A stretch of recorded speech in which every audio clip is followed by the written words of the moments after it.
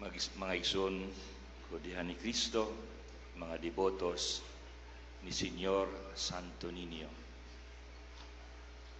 Ginaingon nga kitang mga Katoliko, mga pagano. Kaya nagwarawara ta niya ng istatwa nga kahoy sa usa ka bata. Kay dito sa Quiapo, suot yun ta, magtudlanay, aron lang makahikap sa imahin nga kahoy sa Jesus Nazareno. Ginaingon nga kitang mga Katoliko, mga pagano, tungod kay ang atong gisimba kahoy. Apan sayod kita nga ang kahoy usa lamang kahulagway sa matuod nga Dios. Ang Dios nga nagpakabata, ang Dios nga nahimong tao, nahimong matinumanon sa iyahang mga ginikanan, sama sa gisaysay kanato karon si Jesus miuli uban sa iyahang mga ginikanan ug nahimong matinumanon kanila.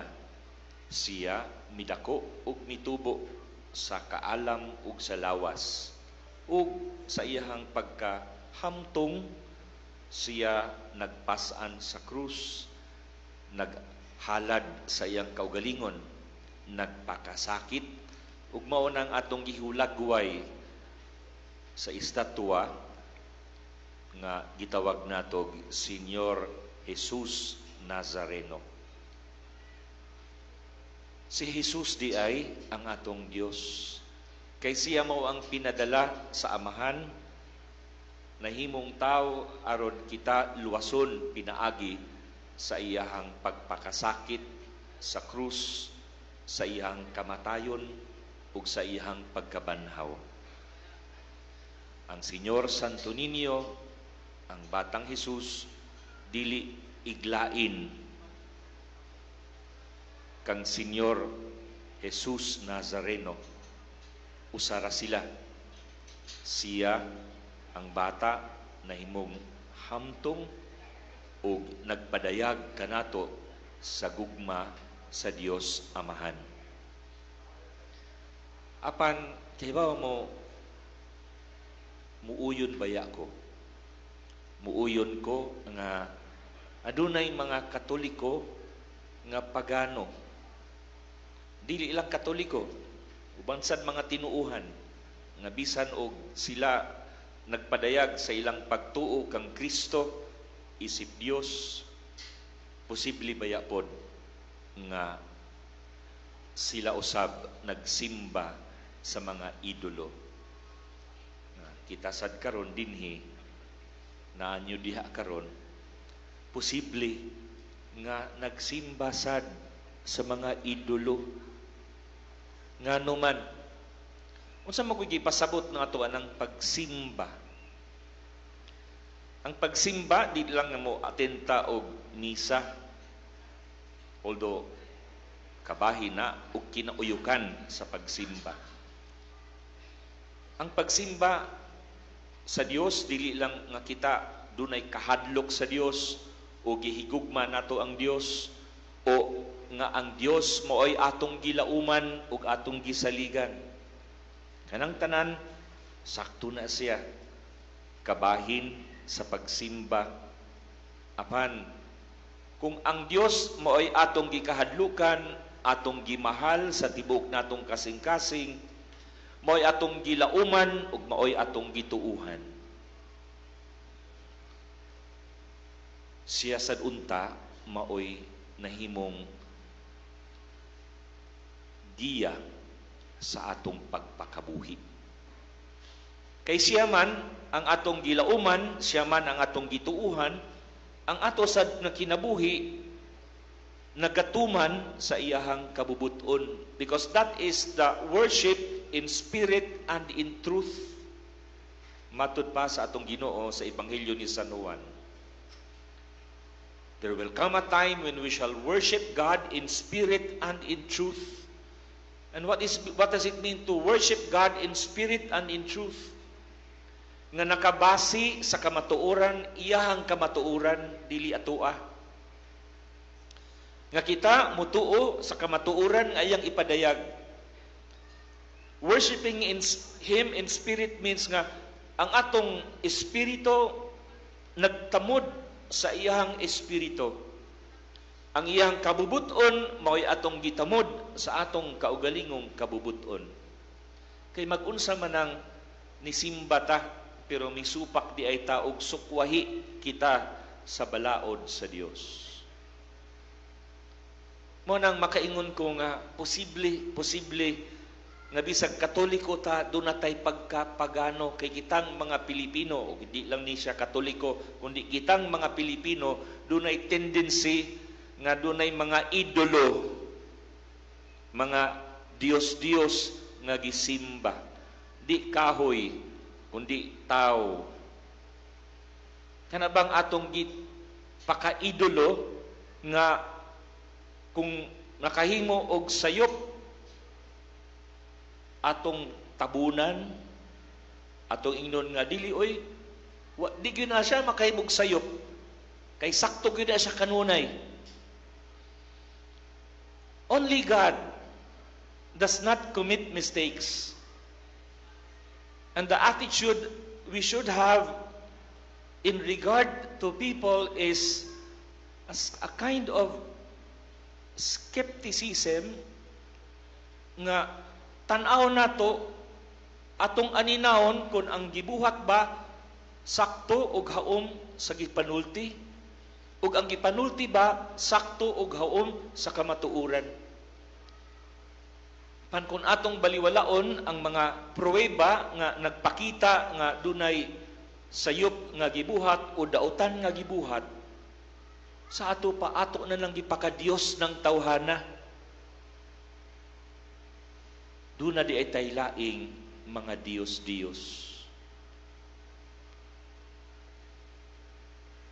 Kung kita tinuuray nga nagsimba sa matuod nga Dios, atong ihaom ang atong kinabuhi ngadto sa iyahang kabubuton. Pero nga naman nga kung balikason ang atong Dios, murag tag okay lang para nato. Now, mingon tingalita, ang Dios namo gamhanan nguna bisag balikason di na makatandog sa among Dios. Tinuod na. Pero makadawat pataog ang Dios balikason, pero kung tuison ang pulong sa Dios ug ang dautan mamahimong maayo sa pagtuis sa kabubuton ug sa pulong sa Dios, di na mahimo oy. Pagbugal-bugal na sa matuod nga Dios ug katong atong gituuhan nga mao'y nagbugal-bugal sa Dios ug nagtudlo kanato sa paghimo og dautan, mo na nay atong gipakadiyos sa atong kinabuhi. Tungod kay that person has become the moral compass. Siya na ang atong gisunod, dili na ang matuod nga Dios.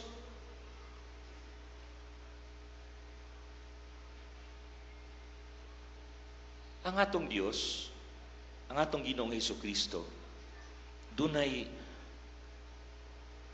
pag-atiman kanato. Diya sa Ebanghelyo, mingon siya, kadaghan sa mga tao, naluoy ang atong Ginoong Hesukristo tungod kay iyang nakita nga ang mga tao sama og mga karnero nga walay pastol. Mao na nga nitawag siya sa mga apostoles og giingnan, pakan-an ninyo sila. Ug tuod man nakakaon ang tanan, pinaagi resad sa iyang gahom. Pero sa diyang nakakaon ang mga tao niya tunguna way kalainan sa mga tao karon. Kung makadawat tagali tag-ayuda, nagsunod-sunod na ta sa atong mga giidolo tungod lang kay nakadawat kita gamay nga ayuda. Pero kaning ayuda, kultura nga ayuda, nga atong ipakadiyos ang naghatag ka nato og mga ayuda, dili pa ka kana naghimo ka nato nga mga ulipon lamang.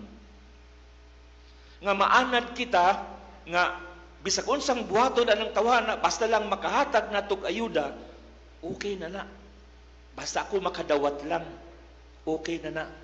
Nya kung doon na gani mubatikos ana niya, ato dayong dauton ang katong nag-criticize kay kamo wa gyud mo magtan-aw sa mga maayong buhat.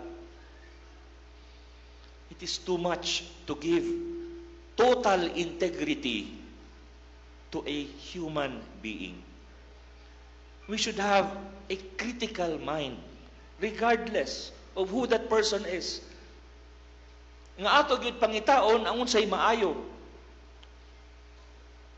O kung doon naman gani sayop nga nabuhat, atong sawayon. Di ta magpaka butabungol. O gani nga, mahimo nga makatolerate patingalita og balikason ng Dios, pero kung tudluan na gani ta og sayop, unya atong angkunon ang maong sayop, ang maong dautan nya ipahimo nato nga murag maoy sakto maoy maayo, gituis na nato ang pulong sa Dios. Mingon ng Dios, ayaw pagpatay. Pero sa mga miaging tuig, pila kaninyo ang diuyon nga bisan kinsa na lang diha pusilon basta lang naatay kalinaw haron ang kanang mga gituuhan nga mga kriminal mapuo.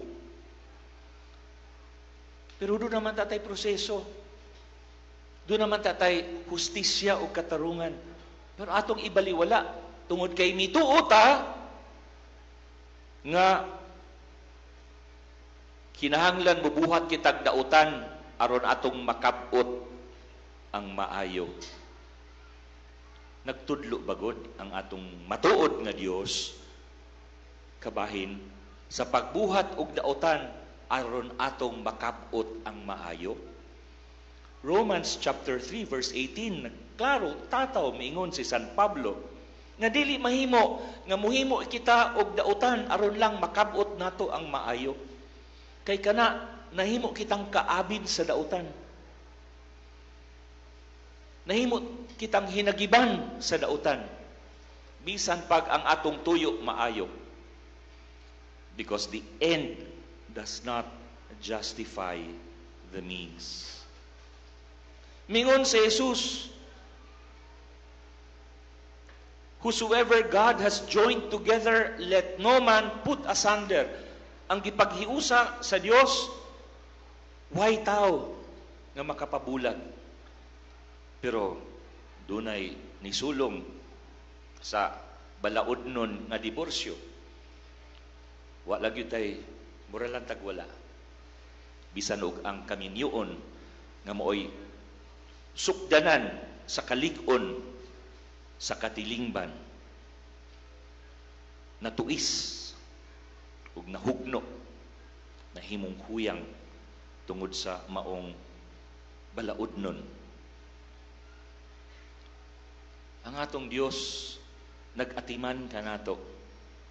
Pero kabantay mo, tingali nakahibalag mo niya ng mga tao nga batanon diya sa mga shopping malls, muhatag nato og mutanyag nato og palit og ballpen, cake, chocolate, nya mahal kaayo. Nya moingon nga para magud mi sa among scholarship. Nakasinati mo ni ana. Huy mo nang subayon, di na para sa ilang scholarship kundi sinugo sa usa ka sekta, usa ka kulto aron magtipon og kwarta para sa ilahang katuyuan, dili para sa kaayuhan, kundi para sa paglingla sa daghan pang mga tao. Bantayan nato makaigsunan ang atong idolatry, ang atong pag-idolo sa mga tao. Diyos lang ang di masayop. Diyos lang ang mahimong atong gunitan tungod kay kita naglaom kaniya, tungod kay kita ni salig kaniya. Diyos lang ang atong gilauman. Kung di unta kita magpalingla. Kay kung kita nagsimba sa matuod nga Dios, ang atong kinabuhi, ang atong espiritu ihaom nato sa iyahang espiritu. Ang atong kamatuuran ihaom nato sa iyahang kamatuuran. Dili maghimo-himo kita og atua tungod kay kita mga tao nga huyang ug nagkinahanglan sa giya sa Dios. Ug ang giya sa Dios naa sa iyahang pulong, kanunay nga nagatiman kanato, kanunay nga nagtudlo kanato, panusahay atong baliwalaon kay duna kitay gustong mahitabo. Dali sayon sa ngadto-ngadto di ay magdala kanato sa kaulipnan. Kinsa man ang imong Dios? Ang Dios nga matuod, nga nagtudlo sa kamatuoran. Ang Dios nga nahimong tao ug nahimong masinugtanon sa iyang amahan sa langit ug gani nahimong masinugtanon sa iyang mga ginikanan dinhi sa yuta. Ang Dios nga nagpakatawag, nagtudlo kanato unsay maayo ug pagsalikway sa dautan. Kinsa man ang imong Dios, ang moral compass sa imong kinabuhi. Ang Dios ba nga matuod o kining mga Dios, mga idolo nato sa atong kinabuhi nga nagtuis sa pulong sa Dios ug nagtudlo kanato sa atong pagkaalaot.